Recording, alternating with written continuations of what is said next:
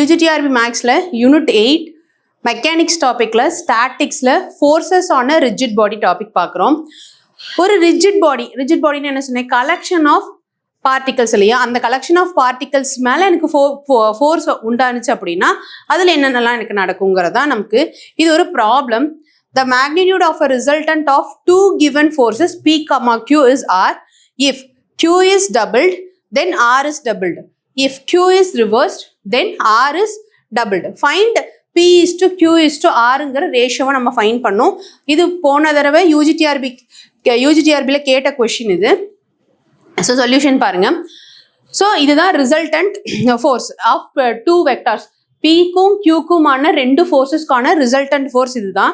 So given என்ன கொடுத்துருந்தாங்க, இதை நம்ம எழுதியாச்சு. கிவன் Q டபுளாக இருந்ததுன்னா ஆரும் டபுளாக இருக்கும், Q ரிவர்ஸ்டாக இருந்ததுன்னா ஆர் வந்து டபுளாக இருக்கும்னு சொல்லியிருக்காங்க. ஸோ ஃபர்ஸ்ட் கேஸ் எடுத்துக்கிறோம்.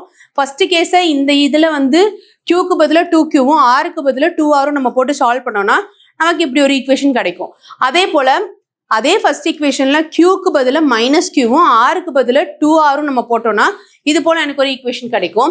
ஸோ இதை சால்வ் பண்ணி பார்க்கும்போது at last P² = Q² = R². எனக்கு என்ன கிடைக்கும், எல்லாமே இன் டர்ம்ஸ் ஆஃப் ஆரில் நான் கன்வெர்ட் பண்ணியிருக்கேன். R² = 3/2 R² = R². ஸோ இதை நம்ம சால்வ் பண்ணி பார்க்கும்போது P = Q = Rோட ஆன்சர் √2 = √3 = √2. ஸோ கொஷினில் பார்த்தீங்க அப்படின்னா option A is the correct answer.